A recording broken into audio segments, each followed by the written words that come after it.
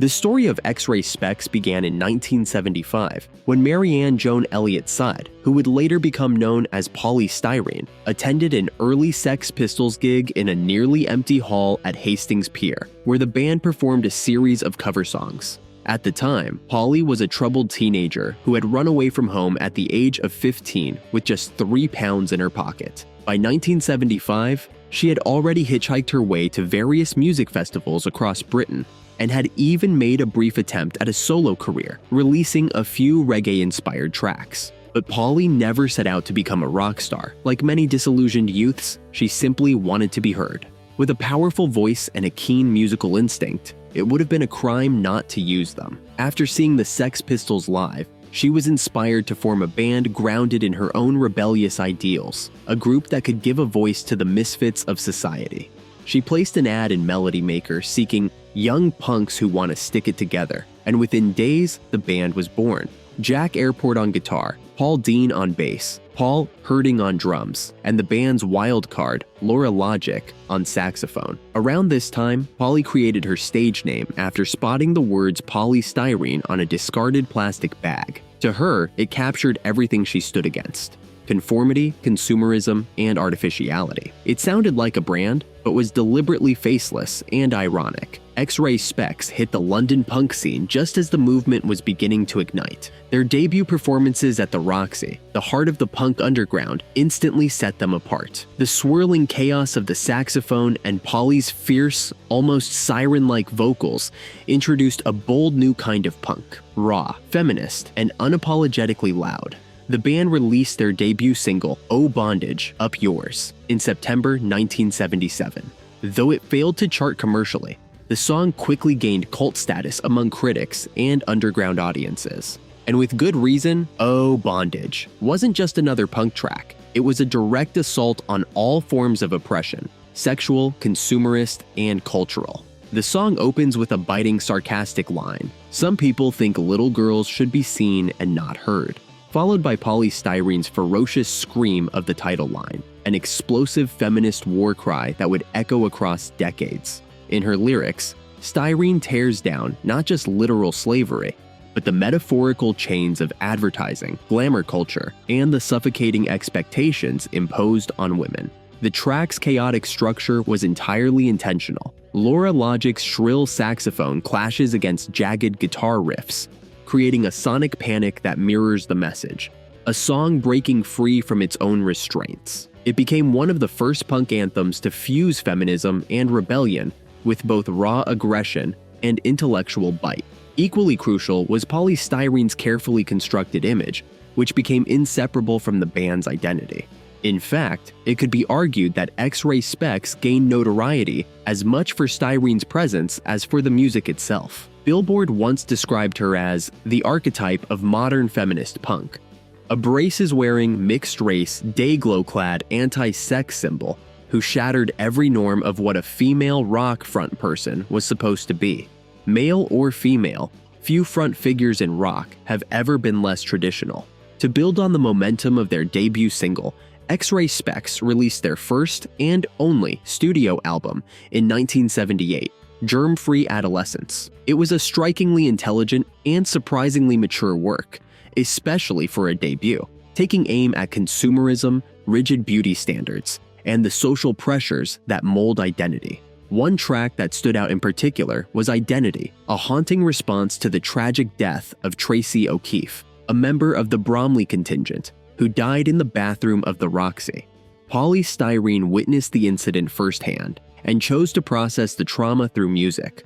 The result was one of the band's most introspective and philosophically layered songs. In Identity, Styrene explores the fragmentation of self in a world obsessed with image. The lyrics grapple with a central piercing question: who are you when society constantly tells you who you should be? Unlike the explosive rage of Oh Bondage, here the emotion is subtler but equally powerful. A sense of confusion, isolation, and loss buried beneath layers of performance and expectation. Musically, the song abandons the frantic pace of earlier tracks in favor of something darker and more brooding. Droning guitars, a suffocating saxophone line that mimics labored breathing, and Polly's voice, no longer a shout, but something closer to a whispered confession. It isn't just punk. It's psychological theater wrapped in neon and noise, a claustrophobic cry for authenticity in a world of synthetic identities. Many critics have also highlighted the album's title track, Germ-Free Adolescence, as a defining moment in the band's short but impactful career. The song is a biting, vividly satirical take on the cult of cleanliness, beauty, and sterile perfection that society imposes, particularly on women.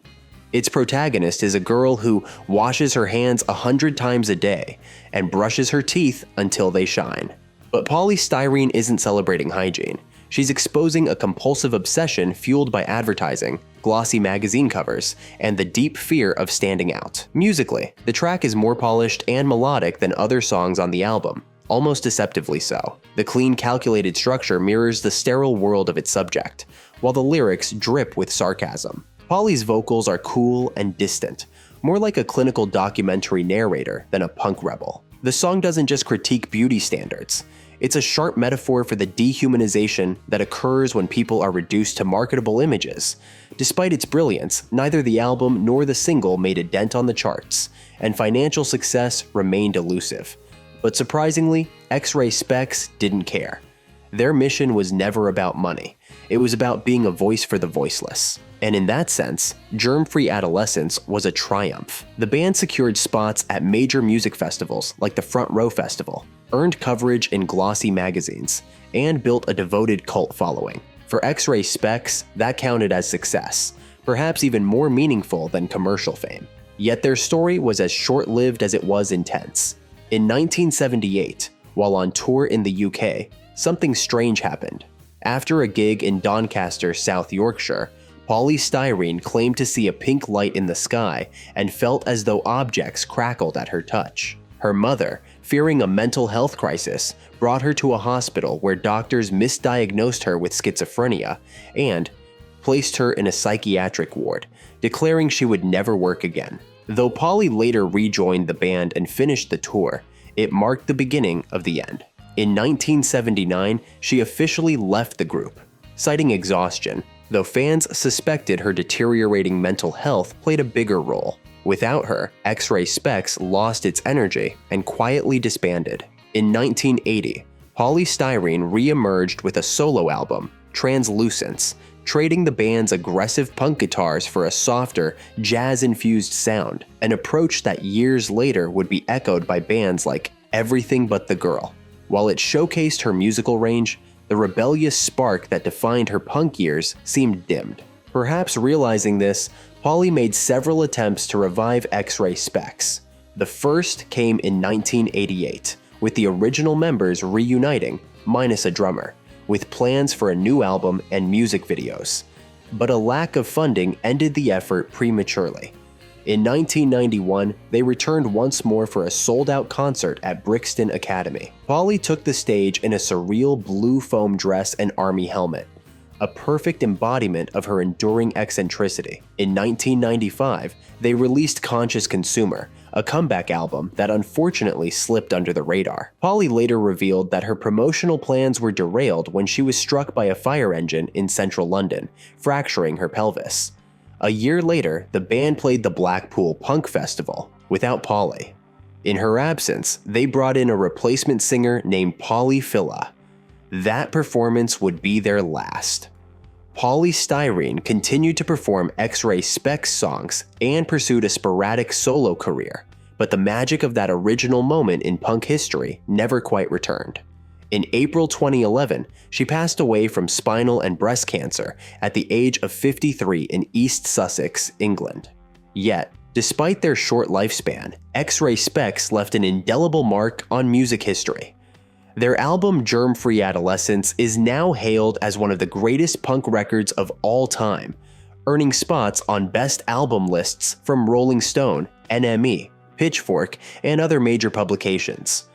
Poly Styrene has since become a lasting icon, not only within the punk scene, but also within feminist and cultural movements. She paved the way for future generations of women in rock, inspiring artists like Kathleen Hanna of Bikini Kill and Beth Ditto of The Gossip, both of whom have cited her as a direct influence. X Ray Spex didn't just ride the punk wave, they helped redefine it. They introduced a new kind of punk, intellectual, self-aware, and socially critical. Their music wasn't just loud or angry, it was sharp, fearless, and deeply thought-provoking. In an era of rebellion, X Ray Spex gave punk a brain and a conscience.